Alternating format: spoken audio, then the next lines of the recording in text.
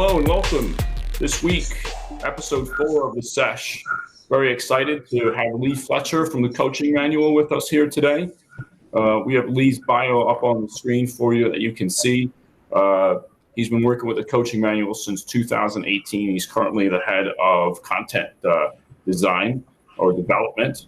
Lee is joining us all the way from Spain. Lee, what time is it over there? It's 4 minutes past 4. It's a very appropriate time to do something like this. Yeah. And some people on the West Coast who might be on the live stream, I think I've got a guy out there watching, and it's very early in the morning for him. So yeah. I'd like to introduce the panel real quick. From FC Cincinnati, we have Adrian Parrish. And then from... How's it going, Lee? Good to see you.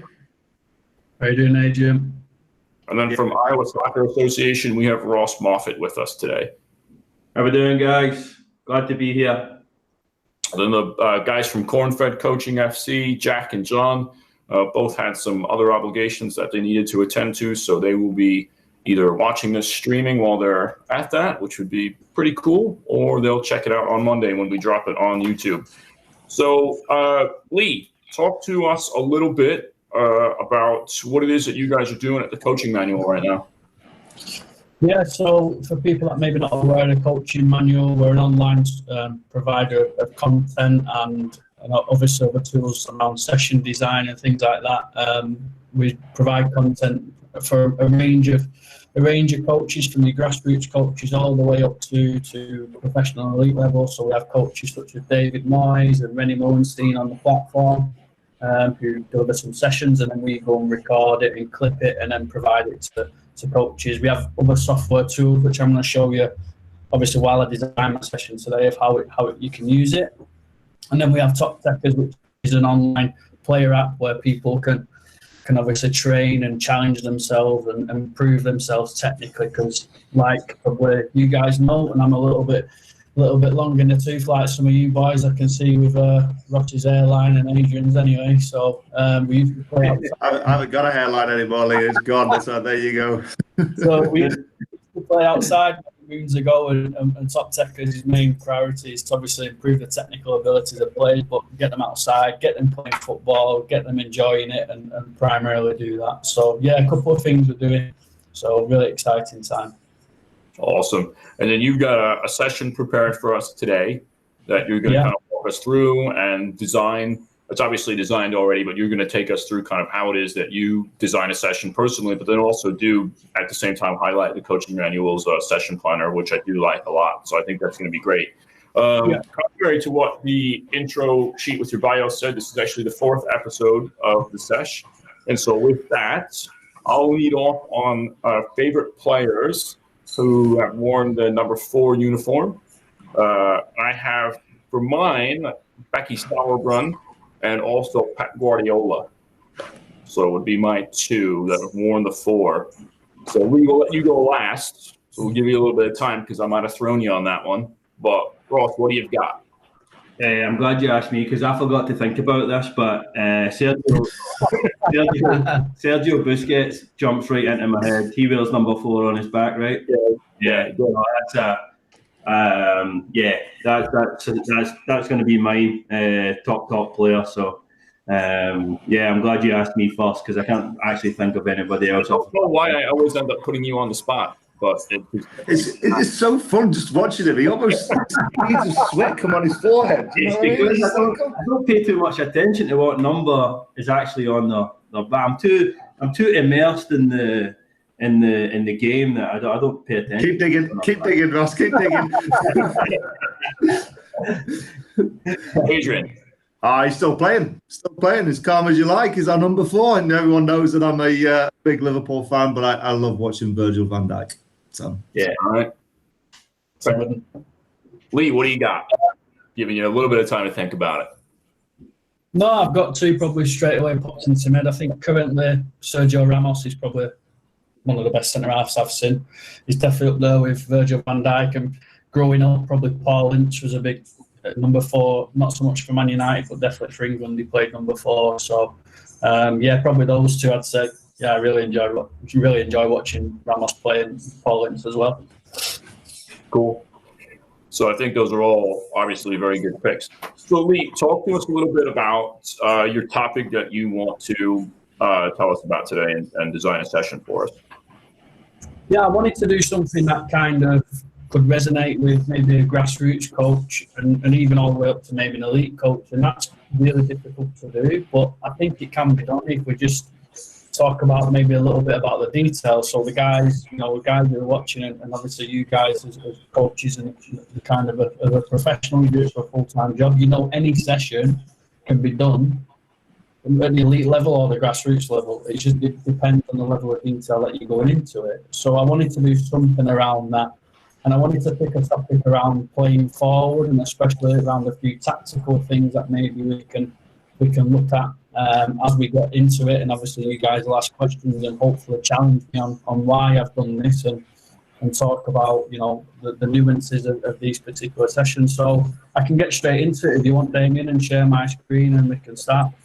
Yeah, no, I think that's good. You've given us a little bit of context, at least as far as levels and stuff like that. So you're doing something that you think is going to be hitting every level. And what would you say these age levels, real quick? Is it's going to be like older kids predominantly, 12U and above? Or? Yeah, I'd say so. I think the majority of the sessions that I'll design will be around the 11v11 games. I think it's really important that we go, from back to front. So start from the big game and then work backwards. But like I said, these can be adapted, in my opinion, to any type of age range, really. Obviously, not necessarily the babies who are starting to work on the technical work and things like that.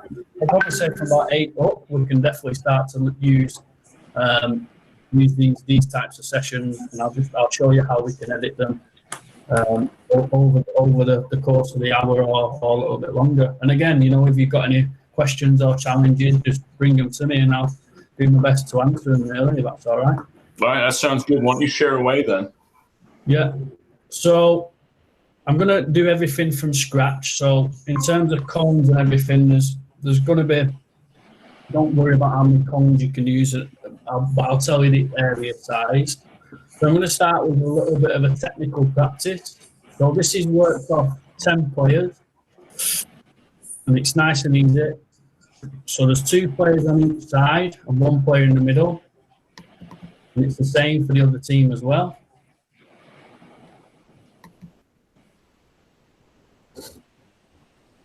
So if you're working with younger players, I think it's good to start with the ball in the hands here. And just try to get the pattern right, because the rotations might be a little bit complicated for younger ages, but as they get older, they'll be able to get this in really, really, really easy. So obviously there's like a little bit of a 1v1 in the middle. So nice and simple, ball passed up, ball passed to the other. This player goes here, this player goes to the middle. When the ball gets to the other side, they pass to the left. It's exactly the same format, ball goes here, ball goes there. This player goes here, that player goes there. We then pass to the left again. So the ball's always going through to the left, there.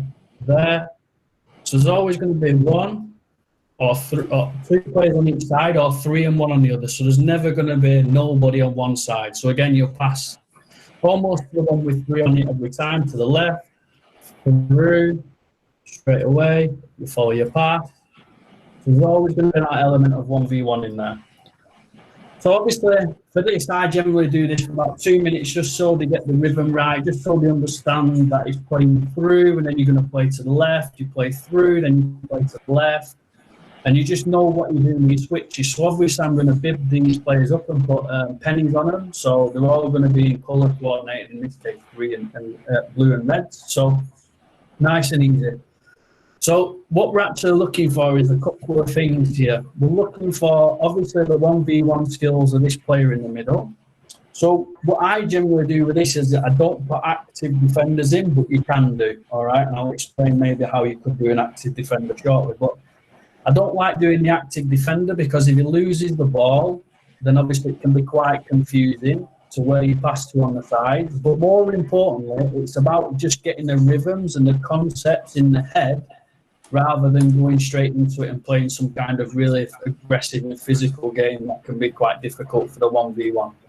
So there's a few concepts that we'll look for here is, can you play on the half turn? So now we're looking at the technical qualities of the player. Can they open up? Can they stretch the play? Can they move this opposition player? Can they move the red? Can they play on the half turn? Can they see this player and receive from this area as well? So maybe that's something that we can do. So play and then play straight through. So now we're playing, well, can you receive on the same line as the player? So maybe that's something else. Can you receive behind the player? Can you lose this player? So we're really talking about like the creative movement of the attacker, especially in the middle. Now, if that doesn't happen, because what we do know is that when players go 1-for-1 on these, those just start to follow him. So if maybe he opens up here, or she opens up here, and this player starts to follow, then where's the natural pass in the game if we're playing north, south to north, forward? It's just going to be playing straight through, right? So that's fine. We can allow that. What is the rotation? This player comes out and this player comes in. So now we're actually doing two things. We're actually testing the information that has been given to the players in the middle based off their movement. And we're also testing whether this player can actually recognize that that pass isn't on, but maybe that pass is. Okay?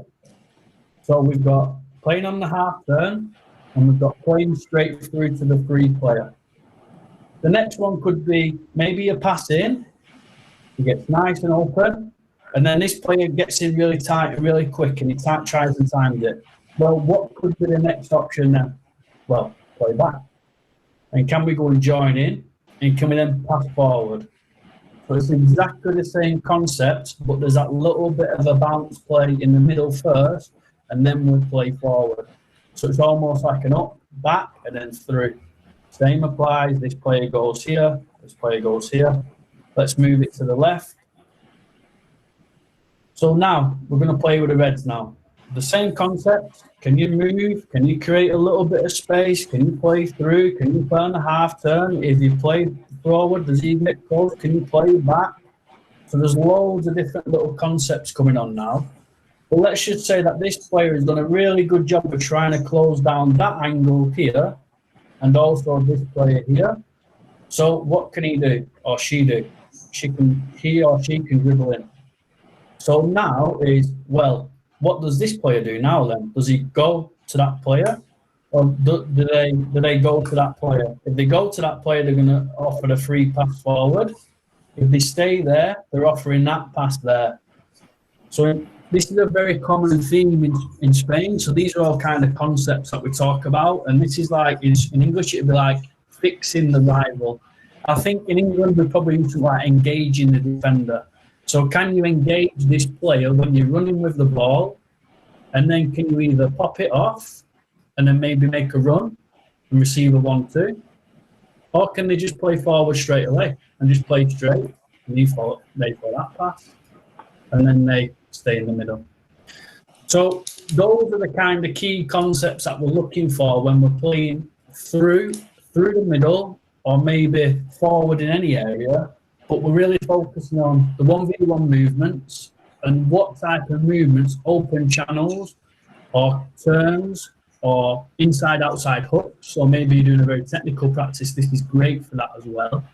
Or maybe we're looking at those tactical concepts of up, back, through, or maybe engaging the rival to have a little 1-2, or engaging the rival to pop off and then play through. So there's loads and loads of different things there.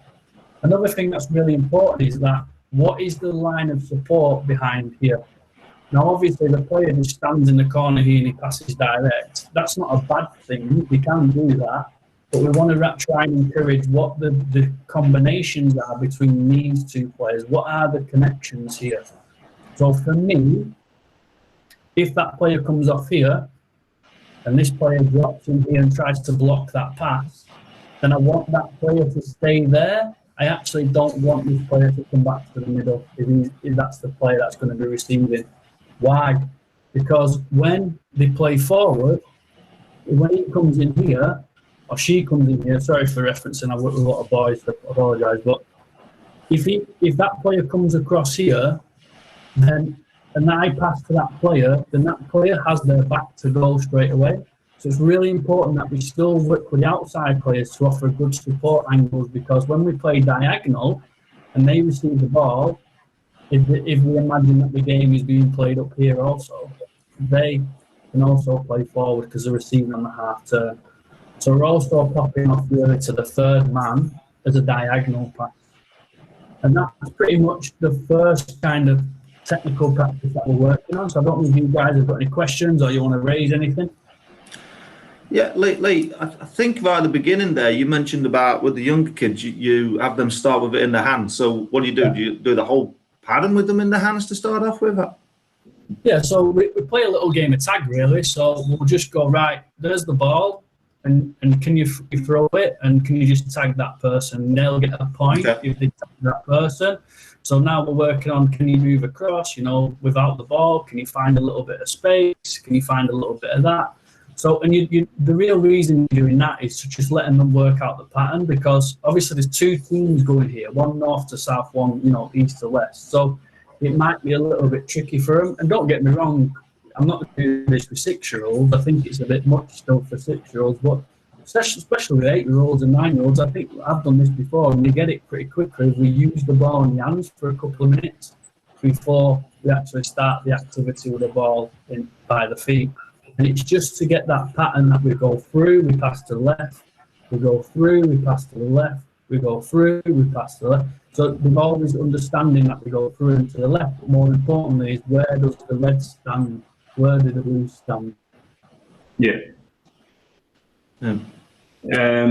Lee, great job sort of bringing this to life, and I think just a general comment first, Damien, I think this really speaks to your concept of the Sesh as a webinar series, just because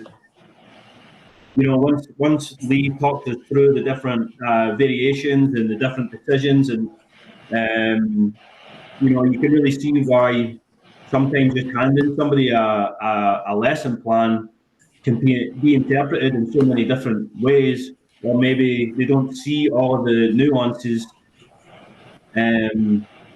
just by looking at it on a page. So I think it really speaks to the concept, Damien. So and Lee's done a good job bringing that out. Lee, you talked a lot about playing on the half turn, which I think in Spain is pretty normal, and not normal, but I mean that's been taught from 7-8 years old, whereas I think it's a little bit lost here at those younger age groups.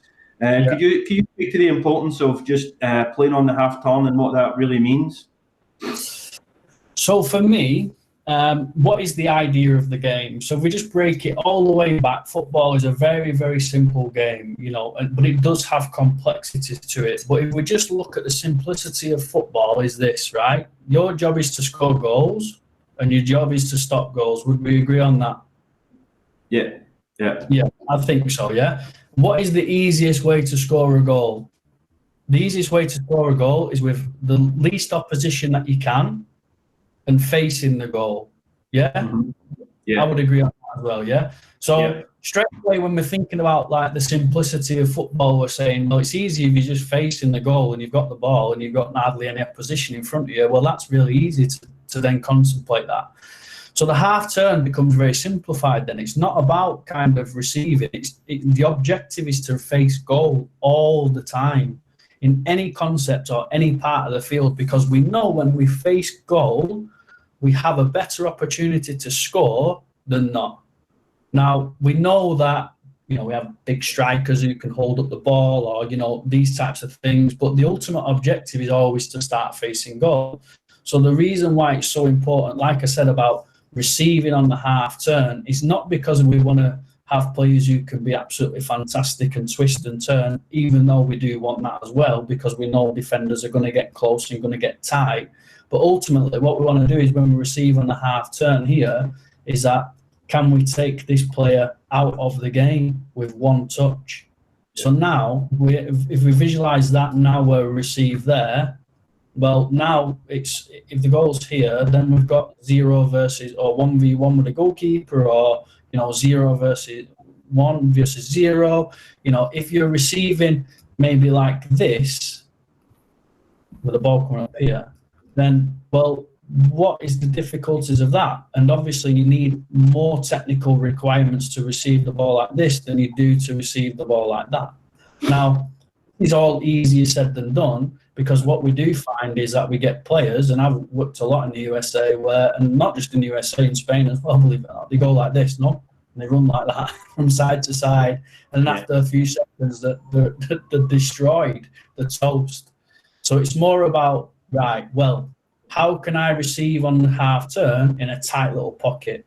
So now where we get the detailing of maybe older players is, well, what type of pass do I need to receive to get on the half turn in here? It might have to be a real punch, rapid pass, bang in here, and then no matter how tight this player gets, I'm that good that I can just really quickly escape this pattern here. Now, we talk about top players, you know, the Paul Merson, top. But like Messi is a great example of that, yeah? The defender gets too tight, they wrap it into his feet, and straight away he's out and on the other side, because he's got such confidence in his ability to receive on the half turn in these tight little pockets. So, and this is one of my pet hates really, is the amount of times players come to the ball.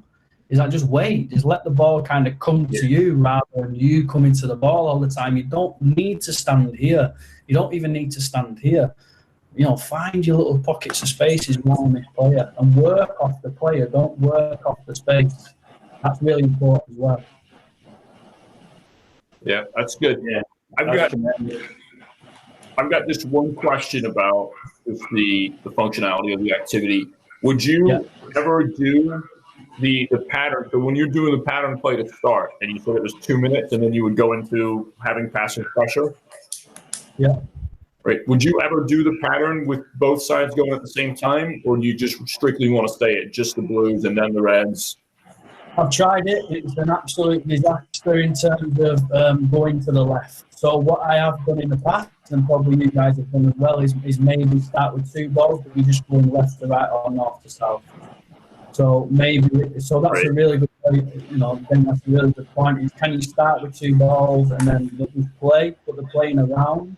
Yeah. And then maybe for younger kids as well, is that the basing their positioning based off, you know, what this player is going to receive on. So we know that if the ball's coming here, then, well, I can just open up slightly and I'm going to be able to, imagine that is a line of pressure, yeah? Yeah. Imagine the defenders. And then we're going to receive here, then we know we can just open up and play really quickly. And that's what I'd want to see from the players. Now, you have to bear in mind that the devil in the detail, yeah, because this is a really simple practice, you know, and it's just about how far do you want to take it with your players. It can be just a nice, easy receiving training practice. It can be just a nice, easy 1v1 practice. It can be a nice, easy 2v1 practice. But then we can start to really take it up a notch and go, right, well, what about the level of your depth with where you play and receive? What about the up-back throughs? What about the 1-2s? What about the third man? What about the free man? What about, you know, all these other things that can get to a more complex part? And that's what I'm saying about these types of sessions is it's just how you as a coach interpret it and take it on and kind of think of new ways of getting not necessarily more sessions, but for me, more detail out of the session. I've delivered this 100 times because I love it, and it's one that I feel comfortable with, but it just challenged me because it has all the extra bits to the detail as well. Does that make sense? Yeah. It can have these little layers in it, and I know I can do it with anybody. And then, so one more, and then we'll get to the second activity. I actually forgot what I was going to ask you. I guess the big question would be, so Lee, the way you've got your session set up is, have you got an overall objective for the sessions together outside of just this exercise, but the entire training session? Is there like a topic and an overall objective that you'd be working towards? My overall objective is to play forward. To play forward. That's my objective. Which then leads me back to my question that I got back in my train of thought. So obviously a lot of what you're working within the players on a technical and conceptually is to play forward. Yeah. So if the pass is just on from target to target, we want to play target to target. I think a lot of times within training sessions, we get into, I fall into saying, no, we don't want you playing the target. It's too easy, right? And I'd rather you play to that player who's checking two and then play one underneath, and then we'll get to the target.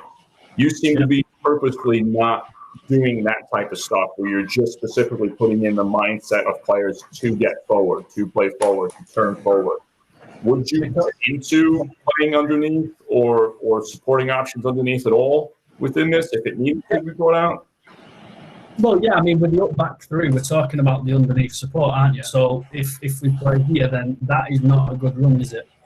So it's like the supporting angles based underneath. You mean underneath below the ball, yeah? Is that what you mean? Is that what you mean by yeah? But so when you did up back through, yeah, but I mean, as far as anywhere else in there, was that when you would start to introduce that supporting player underneath? Yeah, you could do. So that's another level that you would take to, is that I'm talking specifically about moving forward, right? But if you're talking about the support underneath to support the ball ahead, then absolutely. Why wouldn't you be talking about that? Yeah, so I'll tell you a little bit how I design my sessions, right? I'll always think about a theme, and the theme can be anything from progressive possession, which means playing through the thirds, to counter-attacking, to whatever, right? Finishing in the final third, anything like that. And then I'll think about, well, what are the concepts that we need to execute this? And then not what are the concepts, but below that, then what are the technical requirements to execute the concepts? So this is something that I learned in Spain, is that we do not do a lot of technical work. There's almost a demand that you do technical work yourself. So, for example, Curver, which we all know about, and it's a great product, and people do really well on it. Some great players have been produced on it. It exists here, but it doesn't really exist, if that makes sense. It's present, but nobody really uses it. Because a lot of the training goes through what are the concepts, and then the technical requirements within the concept, not the other way around. As in England, we'll teach the technique, and then we'll teach the idea. Here, they teach the idea, and then they teach the technique. So it's almost I think this is, for me, Ross, as well, adding on to your comment earlier, this is why this, and I'm obviously putting a plug in here for the Sesh, this is why it's different. You know what I mean? This is why it's different than like basically Lee, you, me, Damo, whatever, putting out a lesson plan, because now we can see these type of ideas and we're actually breaking it down. I mean, Lee, there's a fact that with the coaching manual, you put like millions and millions of lesson plans out there, all right? And you let people do them, just like what we talked about during COVID. Maybe there was a little less because nobody was coaching. But when we looked at this, because we get the little bit of a cheat, we get 30 to 40 minutes before, whatever, sometimes 24 hours before to look at this. We didn't understand the concept. Now you're seeing this, and now you're adding to this concept live with us. And so this is like a great education for people in here. Understanding that, and it's funny that you talked about there about how the players will always, like run from side to side. Because I think the concept here in America with a lot of our youth players is that the more you run, the harder you run, the harder you're actually working. Where you're smart there about, hey, sometimes it's kind of working like just by moving 2 yards, So you're now breaking this down for these people on there to actually see that. So it's interesting to even hear you say about, the technical work, because I think if you ask most people in America, they would say Spain, all you do is all technical work. No, I think that's the idea, and so it's fantastic just to hear that. It's fantastic just to get that concept from you. So, yeah, I mean, it's all down to personal preference. Of course, it is. Yep. And it's really important that we get it right for everybody, and it's really important that we talk about different ideas like you're talking about. But if I only give you my kind of experience, and my experiences is that we'll talk more about what's the overall idea that we want to get out. Well, what are the concepts that we need to have to execute that idea? So anything from switching play, like I said, to counter-attacking. And then within those concepts, what are the technical requirements for us to do? So it might be receiving on the back foot, receiving, on the front foot. It might be inside, outside hook turns. It might be strong passes, punch passes, So all those things that are really important. But, you know, yeah, you're right. It's really good to share knowledge, but I also think it's really good to go and discover things for yourself as well. Yeah. For me, it's really important, you know. Like everybody else probably who's on this call, I had a fascination of Pep Guardiola for a very long time. And then it was a case of, well, I can't be Pep Guardiola, I need to be Lee Fletcher. And when that happens, you start to maybe design your own sessions, but then take a lot of, you know, thought process behind it of, well, what are the technical requirements? What are the conceptual requirements? And where does it all fit in within the game? Because ultimately that's what we need to do. So yeah, it's good to hear that, Lee, because I mean, I think sometimes we get into, especially in the coaching education realm, and Ross, you maybe add on to this a little bit, because I mean, you're still involved with it a little bit more than what I am myself. It's just like, I feel like we're always making cookie cutters, you know, and I don't feel like we've had add your own spin into things, you know. So no, it's good to hear that. No, I think that's it. And obviously I know you're Adrian, I know Ross and Damien, and I think, you know, you guys are probably doing it yourselves of looking at a session and trying to have the depth of it to actually really understand it, and that's what you need to be doing. It's great to talk and listen to the session, watch the session, and really get to the details of other ideas of other coaches. It's paramount to what we do, the sharing, but the reality is that there has to be some level of time where you think about things for yourself. And, you know, hey, we're asking our players to do it. Exactly. So whether that's just I give you this session and I give you the setup and you go, well, what does Lee mean by this setup? And then come to a conclusion yourself. Because no doubt you'll have many more ideas than I will. So that's great. That's all part of it. I'll move on. Yeah, let's go to the second.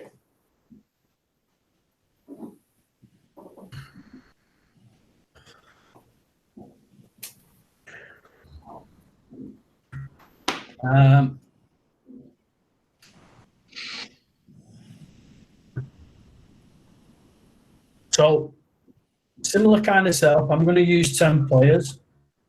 There's then going to be 2 players from each team on the outside, and it's going to be 3 versus 3 in the middle. And then I'm going to put 4 goals in. Oh.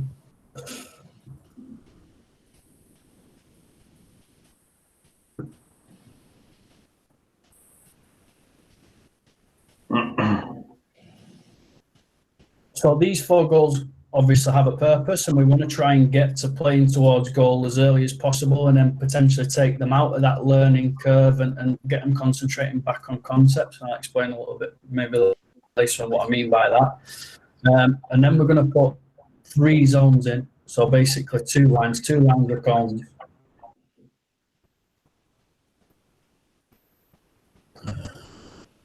So I'll delete these out. Get this started. So the ball is going to start at the bottom with one of the teams, and I'll play with the blue team again because I'm an older Athletic fan for my sins. So, now playing the blue, the mighty blue and green, so playing blue. So I'm going to put just these mannequins in there, but you can use cones. It's just to understand that this player can't pass over here, so he can't run over there. So the ball starts with a player at the bottom. It's a 3v3 in the middle, but really it's a 5v3 plus 5v3. When the ball starts, this player would stay on the outside, but as the ball's moving through the game, the last person to pass to this player goes to the outside, and this player comes in.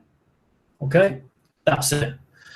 To score a goal, all they have to do is pass to both sides and then score. That's all they have to do. Now, what is the reason for this? So the reason for this is that we want to get those ideas of moving forward, but we also want to put some kind of reward in. But we also want to kind of flip it as well and see if we can start to really test the intelligence of the players.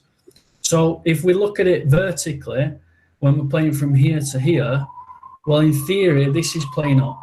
But as soon as this ball arrives here, now this team, the blue team is shooting this way and the red team is shooting this way. So now the reds might need to become compact. And now we're talking about maybe switching play and finding like diagonal balls through here. Now the concepts remain the same, and this is really important. So the reason why we've put the channels in there, and these would be equal, I've done it quite quickly, so they might not be as equal as they look, but the reason why we're trying to put these channels in here is actually to have a reference of depth and length. So if this player has the ball and they're starting with the process, we don't want that player to come in here to receive there. Why? Because it's a poor pass, it's referencing. This player comes in, they pass, they lose the ball, they pass out, they get a goal, whatever. The next thing is, well, if I can't stand here, I probably want to stand somewhere around here. So I'm offering an option to the side. So, well, how does that influence this player and this player? Well, maybe I want to stand here, maybe I want to stand here. So what we're talking about really is, can we find third man or third player and the free player? So when this player has the ball, let's just bring him inside slightly. Can this player offer an option in between the lines and on the furthest line, which is this area here? Or can this player move out of the way to move this player to even directly pass? If they directly pass, they don't switch over, they just stay where they are. But can this player directly pass? Because like I said before, the objective is to move forward at the best way and the quickest way, because getting to go quicker is better than not getting to go quicker, in my opinion. That's my opinion. But now we're also talking about, well, if he blocks that player off, well, what's the nearest possible pass? Well, it might be that one. Well, what happens if this player goes man for man here or player for player here? Well, what's the next one? Right, it's that one. Well, what happens if that happens? So now we're actually getting some real game situation problems. So this is where you can get the free player, direct. If that player stays there, free player, direct. If that player goes player for player, maybe the best pass might be into that player, but then who's the free player and who's the third player? So the third player is generally a player behind the line of pressure, which is in this case here, and in free space to receive and play forward. Why? Because like I said to you before, this player has their back to goal and they can't play forward. But as soon as we do that, this player is actually in the field of vision to play forward. And that's almost what we're trying to do. Because what we do know as well is that imagine that we're playing to this side now, and now this player is going to come out, but this player can come and rotate in now. And what happens then when he starts to dribble in? Well, he engages that player. And what does that player then need to do? Maybe come here. What does this player maybe need to do? Run up here. Can we find the third player again?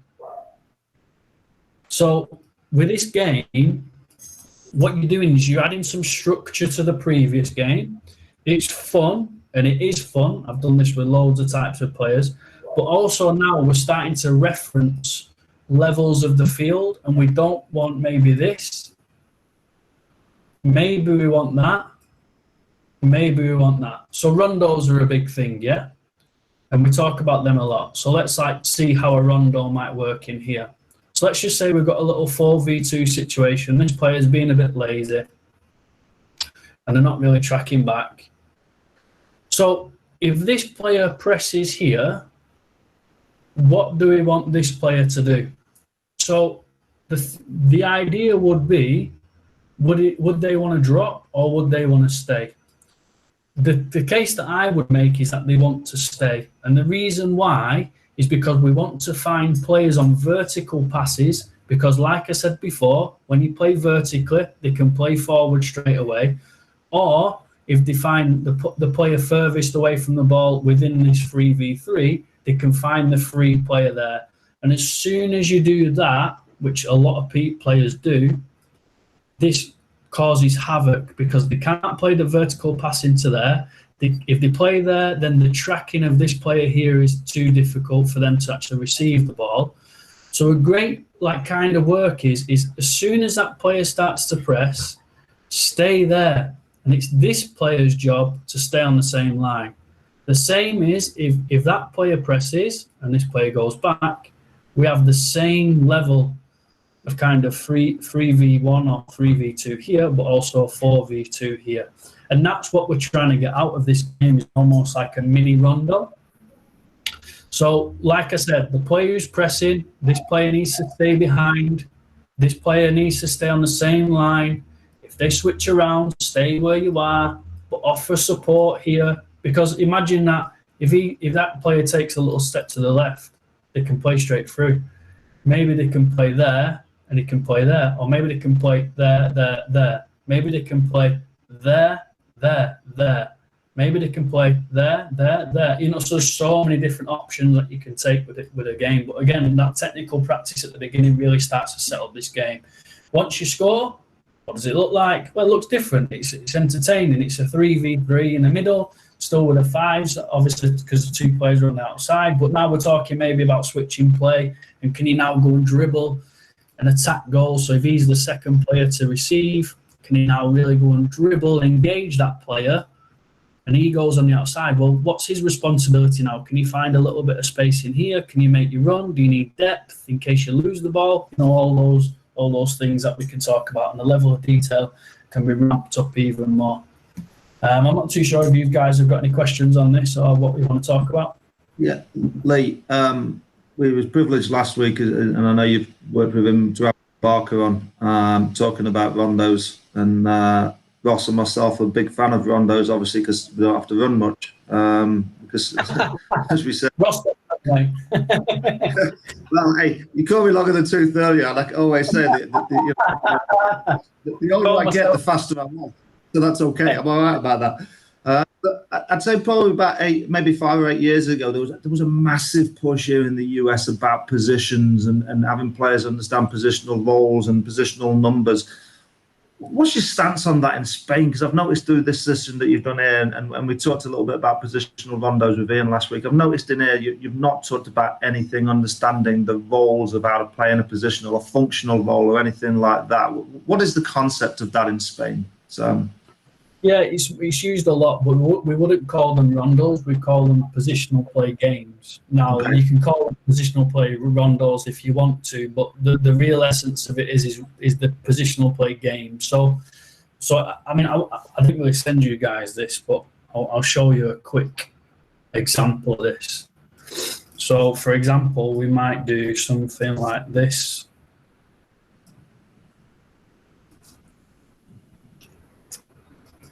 Sorry, I can do this nice and sharp.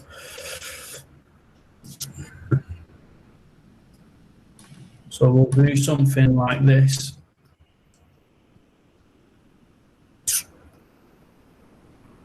Maybe there's so the mannequin will replace them for goalkeepers. So let's just get rid of the goals. So this is a common game that we played a lot of the time. Basically, so this is a positional game. It's not a rondo. You could have players on the outside here, which would classify it, I suppose, as a rondo. But this is more of a positional game. This would be number 5, 4, 6, 8, 10, maybe 11, and 7. And this would be a target player, which would act as the striker and the goalkeeper. So what the kind of game is can you stretch the play wide like that?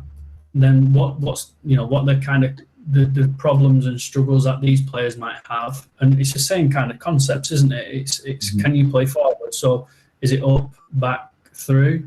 So is it up, through? All these things.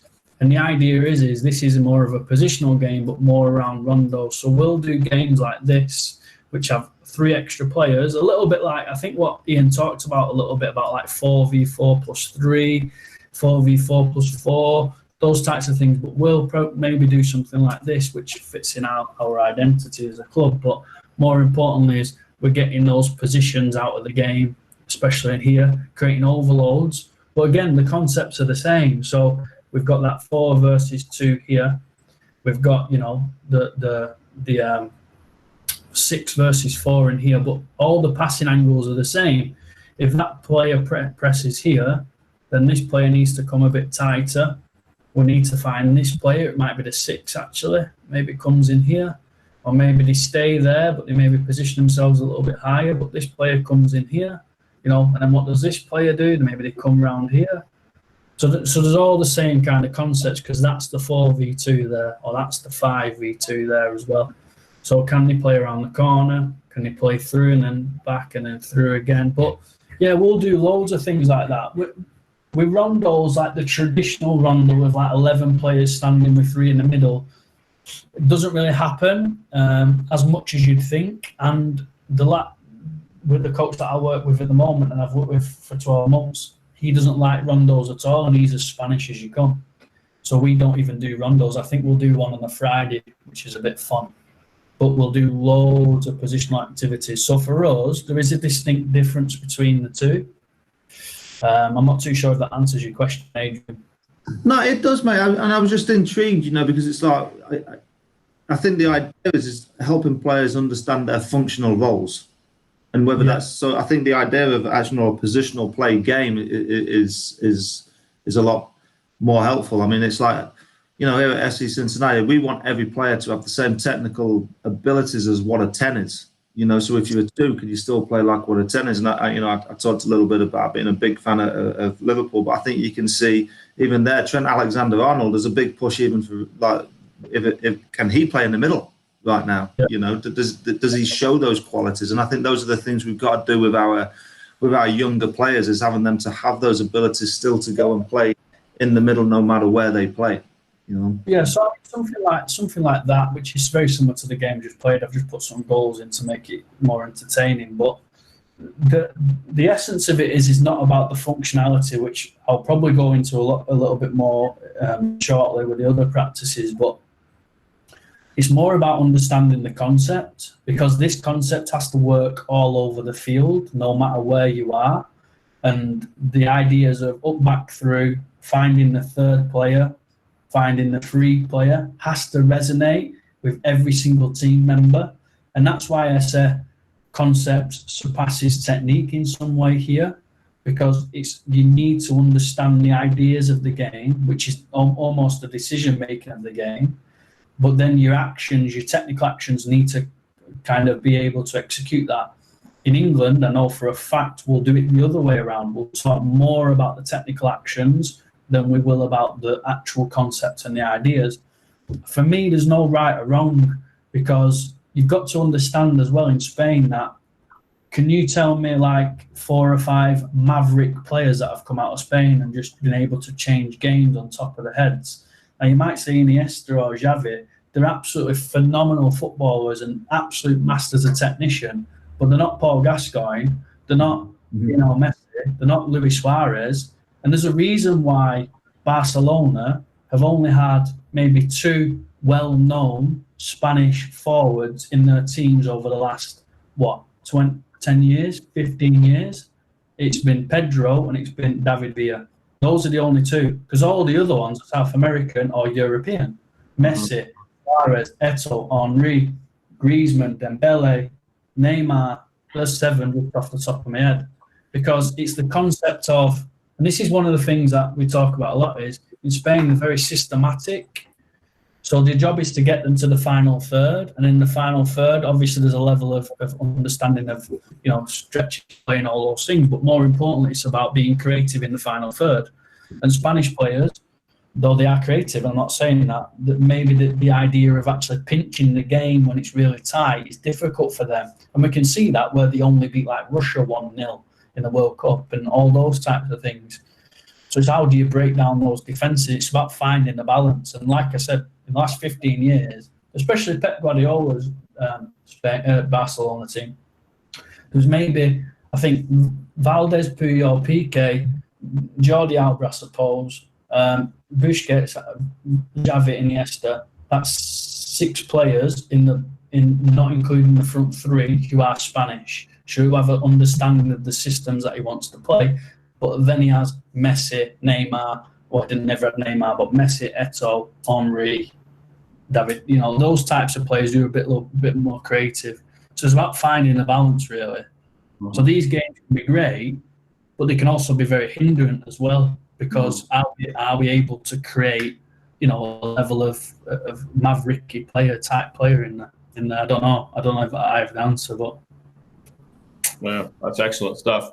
I like the activity now that you've explained it and gone through, and I do kind of like the 4 goals just as a thing. When you go target to target, then you get to go to goal. I think that's really good. I'll be looking to incorporate that within some similar activities. So that's a good takeaway for me. What's the third activity then? When we're moving on? I know time is once again difficult to shut up, but I'll move forward to the third activity. Fine, don't worry about it. So the third activity might be more towards what Adrian's actually saying about referencing of players. So I'll just do it nice and easy because I can just use these boxes. So that'll be like the pitch, if you like. So markings as and when you can see. We'll then put a mannequin in the middle here. So this again can be used for younger players, but you have to be specific with the detail that you want to give them. I'll tell you why, because it can get quite complex in terms of what we're trying to get out. In fact, that's going to do my head in. Let me get a grey one.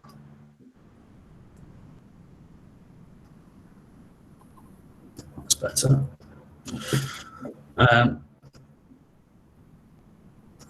So 2 target players on the outside, as said before,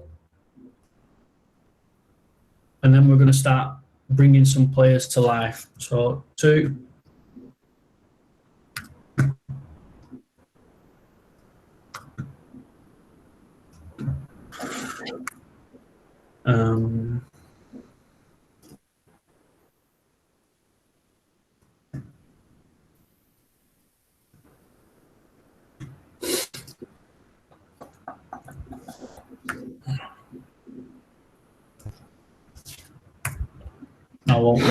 I won't number the players, but if you can just imagine that these are the same numbers, so 6, 3, 2, 8, it's 11.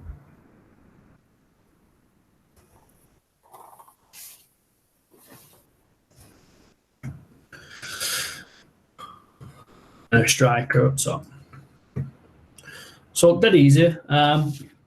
But now we're talking a little bit about the referencing of the games and stuff. So the topic, the kind of objective of the game is for us to move from this side, these target players, to these target players.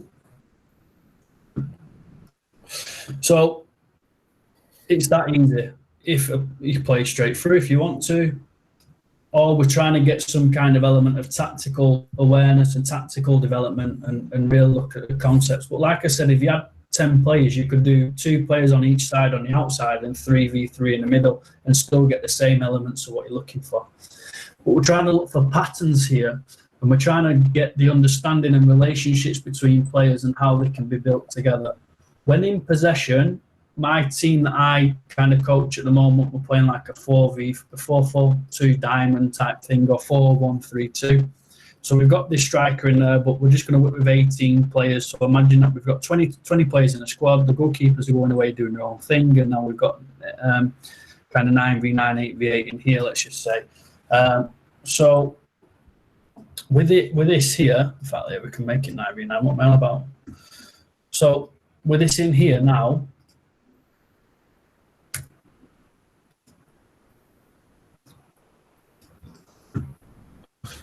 let's make it 10v10 just to make it easier. So with this in here now, we're looking at the relationships, like I said. So once the ball gets transferred over to the other side, to the other target player, before they can play back in, they have to play to the other side So then they can play in or they can pass back, so they can do whatever they want. They can pass behind the cone or behind the mannequin as many times as they want. So what we're trying to look at here is, well, what is the ideas and references to play? So if this player plays behind here, we talk about like secondary and primary movements in Spain. And what that means is if we split the field in half here, is, well, what happens to this player when that ball is traveling across? This player, I would like to move up. And what does that mean that player goes with him, or does they stay there? And then this player probably comes in here into this little pocket of space here. And as we play that, well, what are the references with these players? Does this player want to stretch it? Does this player want to come into the pocket? Does this player want to stay around here or maybe just on the outside? What does this player want to do? Come across, try and pretend to run in behind. Does this player come on the inside? But now we're still building pictures of finding free players. So in this case, the free player is the 9. Can you play a ball directly into that player to move forward and play? Or can you play a ball in there? Maybe this player gets tight and maybe they then bounce back through. So we're still getting the same kind of concepts that we're looking for, but we're just starting now to reference these on the field and with positions as well. So again, you can do that with younger players, older players. So 2v2 plus 3, 2v2 plus 4, with 4 players, in the middle. So whatever it looks like, 4 players on the outside, 4v4 in the middle. Or you can do it in this, which is 20 players, and obviously almost like a big rondo or a big positional play game, but like what Adrian was saying before. If you want to get into the detail of it now, one of the good things that we can do about these exercises is, right, if we play directly into here, this player now can play directly back in if they want to. So the question now is, what do the Blues do? So now we talk about what we call second phase. So it's imagine that they've lost the ball, but in theory they've scored a goal, they've got a point, whatever you want to do for this game. And then, well, what does this player need to do? Well, he needs to stop maybe the nearest pass or the furthest pass. Does this player need to get tight? Does he drop off? Are all the players over here? So does he play the ball out there? Well, what does this player need to do? Maybe get tight so these players can drop in and shape up and delay. So there's lots and lots of little things you can do in this game, but the primary focus is obviously the tactical relationships between the players. But then, like I said, you can coach that second phase and those rotations and stuff. Any questions? That's brilliant stuff again, Lee. Maybe this is a little more of a general question rather than pertaining to this specific exercise, but everything you're talking about involves sort of perception, recognizing patterns, just recognizing space, picking up those little, pockets in between and in behind. So I guess what I'm interested in is, what's your style in terms of coaching and teaching? How do you help the players to see the patterns, to recognize the patterns, to see those little pictures? I'd be interested in your actual kind of mechanics as a coach. If it's just more, does that come out naturally through the environment that's set up, or do you insert yourself as a coach and try and teach some of those concepts as well? I'd say a bit of both. I think you have to be. I think it depends on who you're working with for a start and what the ability and age of the players are. You also have to make it as simple as possible, and obviously the best way probably to make it simple is through the session design, and that's why with the first 2 activities we're almost setting them up for those types of little concepts of up, back, through, third. All those things. We're setting them up for that, so we kind of know that they're going to start to recognise the patterns. We know about, brain development and stuff, that we need to have a level of pattern recognition to be able to understand and execute technical delivery, which is, true. So it depends on who we're working with. I'll give you the example of the team that I'm working with now is practically an open age team. So the style that I'll probably deliver with is probably maybe a bit more command, but it has to be because of, you know, the type of play that we're using, but also we try not to stop the session too much. So we'll work on like patterns of 6 to 7 minutes, and then in that 6 to 7, within that break, that water break, we'll maybe coach them on a tactic board and show them the patterns again, and then it's up to them to go and execute it. But then maybe at the last one, or maybe in the middle, kind of 7 minutes and then 2-minute breaks in between. So in the second maybe 7-minute rep, we'll actually go in and coach and tell them where to stand and all those things. So it could be a very, very, very different way of maybe coaching an under-12s team where we're trying to, you know, maybe guided discovery and all those things. But the reality is that the session design will help them, and also just educating them and letting them kind of discover it for themselves, and showing them and telling them what you're looking for in a way. And then there's this thing getting about discipline creates freedom. So what we want to try and do is not discipline them that they have to use third man runs and all this stuff, but is give them some of those patterns, and then for them to interpret themselves and go and be creative and go and see for it themselves. But I am a big believer in session design to try and get your outcomes out there as well. Yeah, that's quality. I think that's really tremendous advice for coaches listening in. Leah, I've seen you work your magic, but at a convention where you've shown where you've shown the lads the session before you actually step onto the field. Do you do that with your regular teams? Yeah, I try to as much as I can. I also think it's really important that you know, if you have the opportunities to put your players in teams as much as possible. So we talked a little bit about it before of recognising patterns, but maybe the first exercise is a little bit different because it's more of a technical practice. But in the second one, can we buddy them up? And like maybe the left back working with the left winger, centre midfielders working together, strikers working with the attacking midfielders, depending on your formation.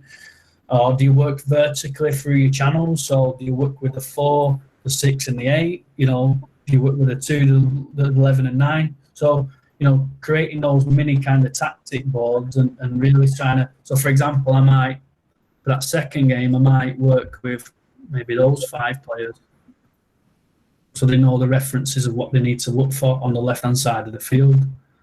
So, yeah, if I can, I'll show them. I'll also put them in teams and as I can, and as much as I can. Definitely, I think it's important. We're continuously looking to build those relationships, so it goes on. You know, what goes from the whiteboard, from the chalkboard onto the pitch, then basically. Yeah, you have to, because you have to look at the concept as an individual part, but you also need to look at the referencing of what the concept means. So if I'm trying to coach up back through, but I'm working with the 2, the 3, and the 10, then what reference do they have? Do they understand when the 3 has the ball, they mean to make that run or whatever? I think it's really important. And, you know, patterns are really important. That doesn't mean you stand on cones and pass it from cone to cone, which, by the way, they do here as well. But it doesn't mean that. It just means working in groups of players that probably have similar ideas on the field. So what I mean by that is similar reference points, left-hand side, centre, right-hand side, top left-hand corner, meaning the attacking players, bottom right-hand corner, so it's the defenders and the full-back and all those things. And then just work from there and put them in teams and do that. That's what I believe. I'm not sure that you guys work on your sessions, but I'm guessing pretty similar as well, Yeah. I just don't feel like a lot of coaches sometimes go through the session prior to even stepping onto the pitch with the kids. I think, and there's so much more you can get out, obviously, if you walk the players through before you step on. So, but. I think it eases so many other things as well, Adrian. Like, if you show the players, so, you know, the coaching manual, we have all these products and things that you can use and all that. One of the things is that you can actually share the session with your players. So what one of our coaches does as your grassroots coach, he sends it to the players, and what he finds is that the players set it up themselves. So think about how much setup time that kind of saves for you as a coach. Yeah. We know we rock up 5 minutes before the practice because we've been at work all day or whatever that looks like. We don't have the luxury of having the pitch before our practice. So at at 7 o'clock you're going, oh, you need to get off the pitch. And then it takes another 5-10 minutes to actually set up the field. So if we can just incorporate the players in that, maybe that'll help our sessions run a bit smoother and work with these transition moments as well. Yeah. It was a massive transition from me, Lee, going from the grassroots to now being in an MLS academy where I have a kit man even setting my stuff up for me, you know. So lucky boy, love it. I am. They never ordered neither, did they? Oh, mate, I'm surprised you've still got a manager, to be fair, but yeah.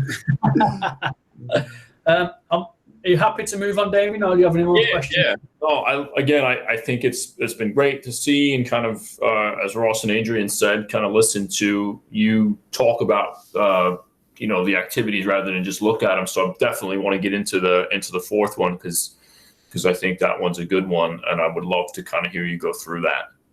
Yeah, no problem. So, so I can just leave it as this, actually. So get rid of the 10. Let's keep the 6 in there, 8 there.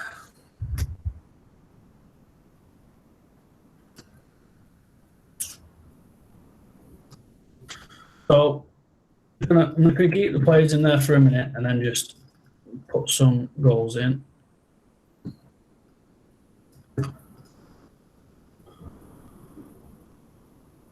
I always put penalty boxes in. I don't know about you boys, but I always put penalty boxes on the other side. Yeah. Do my head in. Need to have those visuals, man. Yeah, exactly. Referencing, innit? So, and then we're going to have an offside line.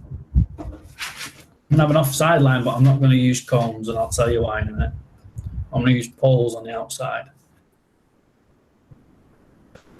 Get some keepers in.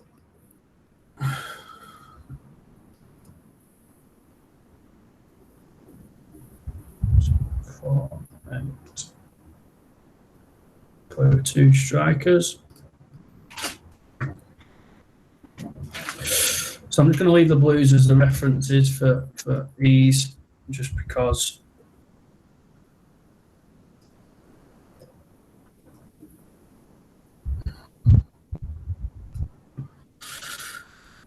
So now we're just kind of changing the game a little bit, but now we're kind of referencing with some jokers in there.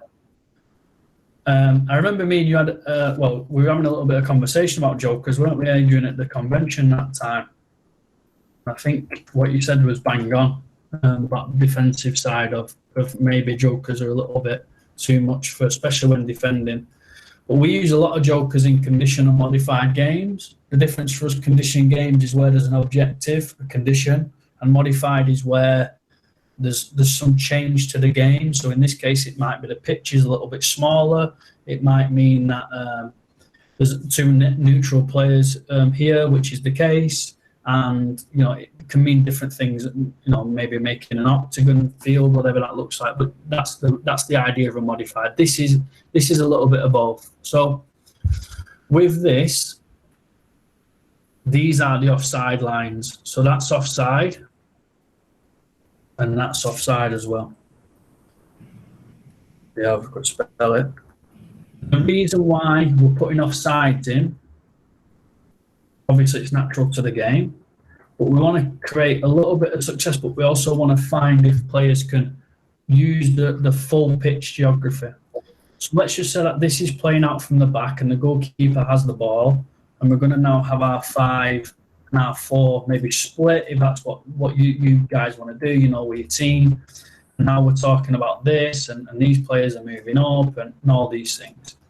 For me, the key pattern is still maybe can we find this joker in this area? So as the ball is being played out there, or switching of play to be played here, and then can we then find pockets of spaces in here that when we do play through and he gets tight, and then we can find this third player.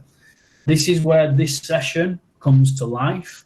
Because we've got the offside line in now, we need to start coaching. Well, what happens when you perform your 3rd man or your 3 man and they turn and they're facing goal, which is what we want from the beginning. But now they've done that, is what is the second phase? So what does it? We know what it looks like from this side going forward. What do we want it to look like now? This player has the ball and they're moving forward now. So now we're starting to coach. When we find a player in this position, which is impossible to defend now, what is the movements of this player? What is the movements of this player?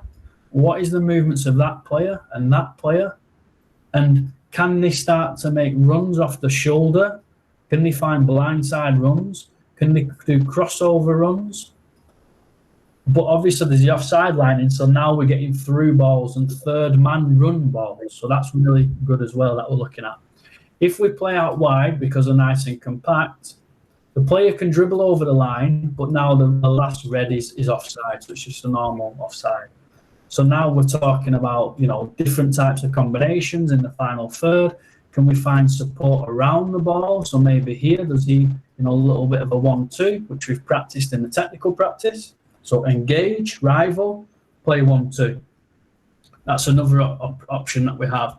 So we're not only putting the references of the technical and the skill practice now from those points, but now we're putting them in game-like situations and also almost moving through the field now and coaching two parts to it, two sides to it. One before that we find the third man. So what are the movements maybe of this player before the third man? And then what are the movements after we find the third man or free player?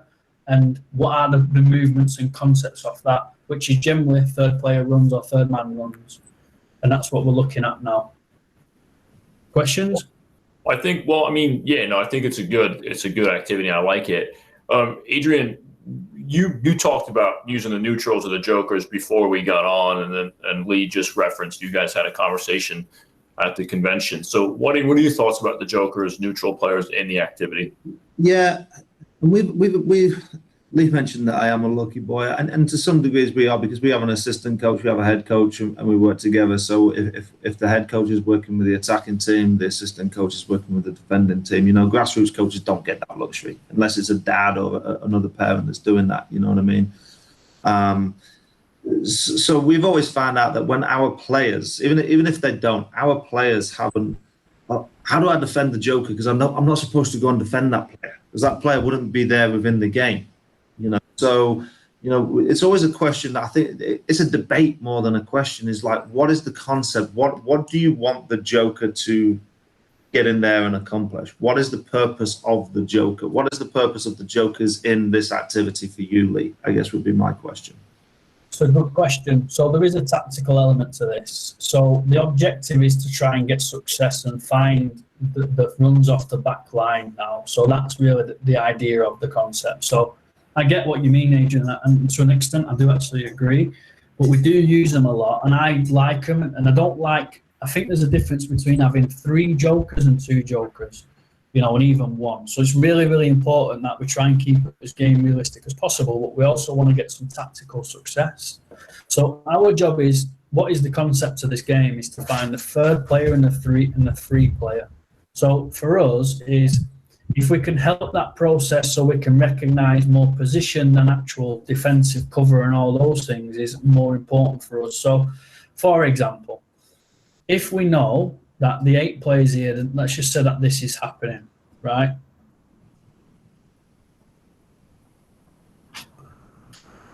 Let's just say this is kind of happening. And we know that the ball's been moved from 4 to 2. Our job is to find the free man and the third man, like I said before. I'm just going to shut the door.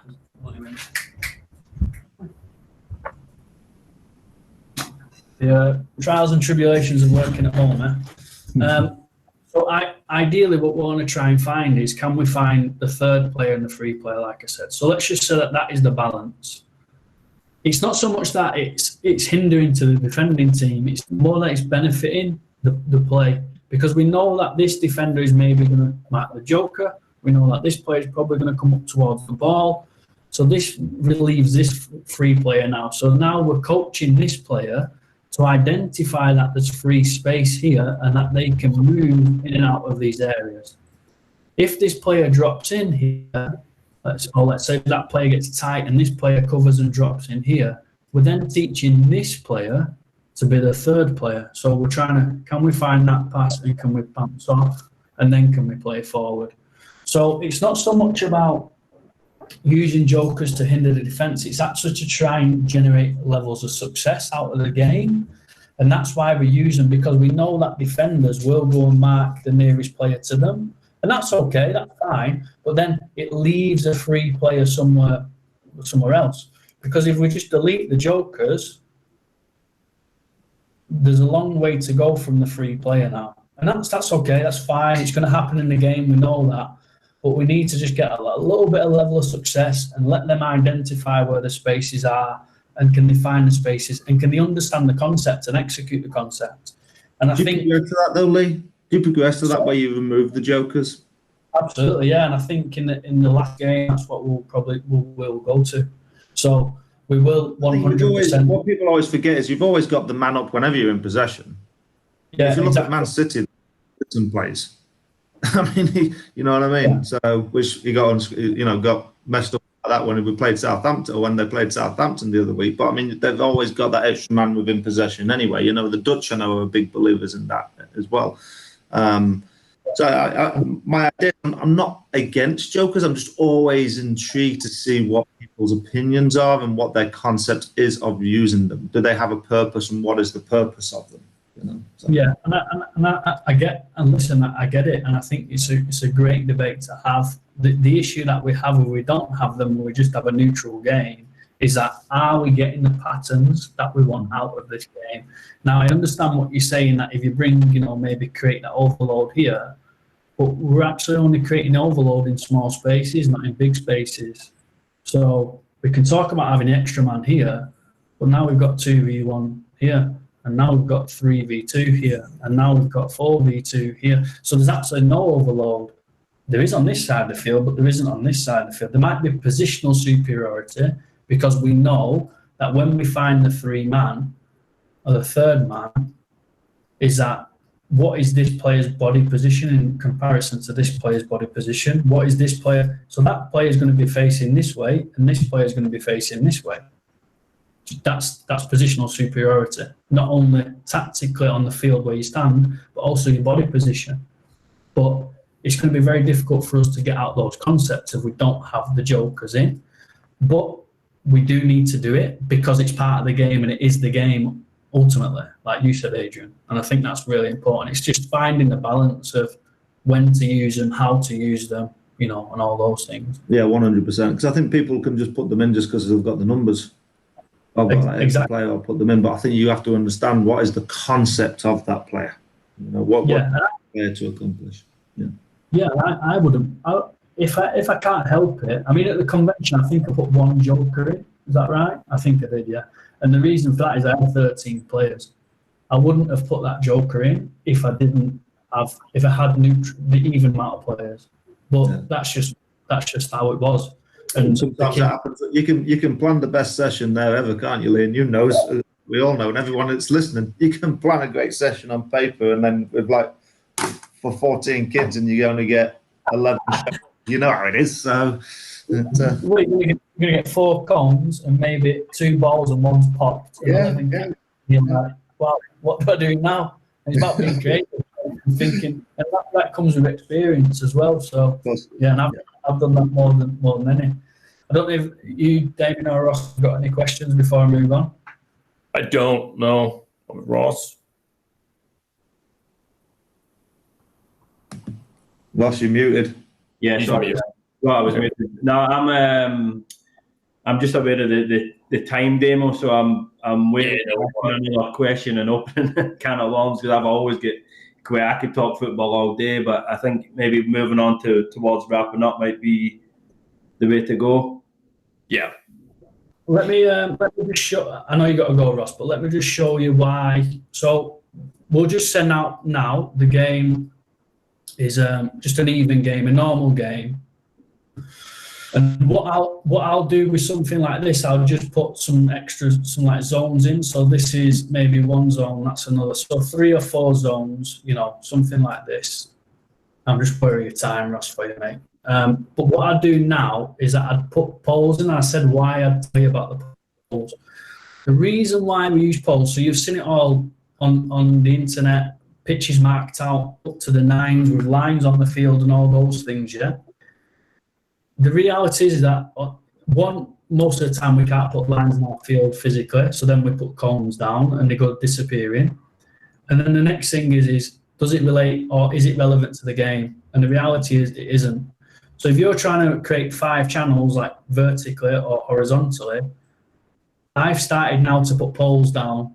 2 reasons. One, it's related to the game. And 2, is that a player, to understand what zone they're in, they need to look up, do a 360 view almost to understand where they are on the field and where the references are.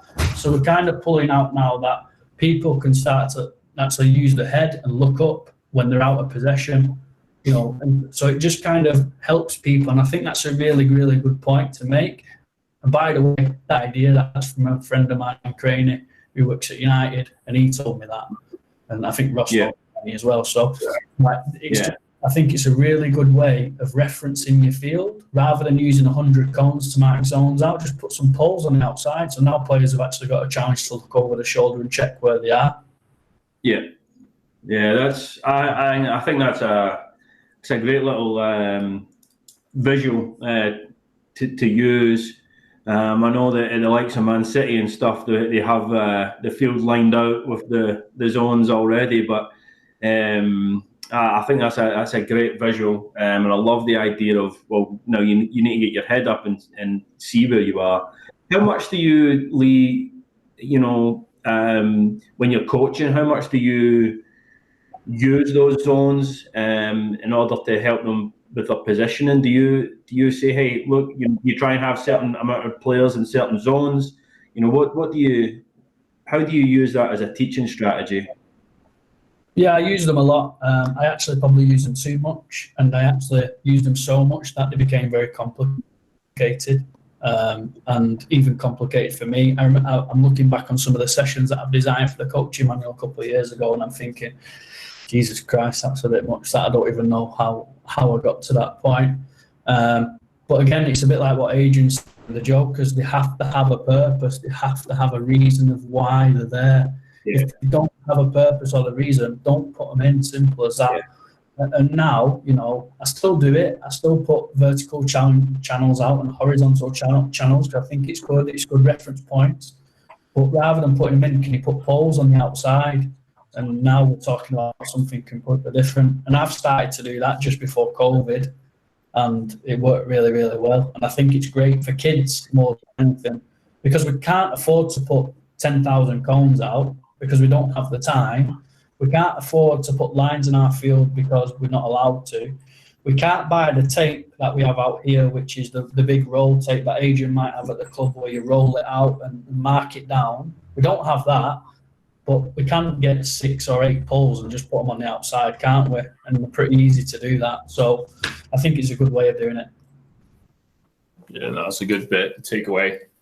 So I think this was good. I really do appreciate again just the whole premise of the show, which is to be able to listen to a coach, you know, talking about a training session and giving us, you know, the context that you need in order to fully understand and execute it. Because I do think it's what Ross and Adrian have said. It's like we can go on the coaching manual and find a session.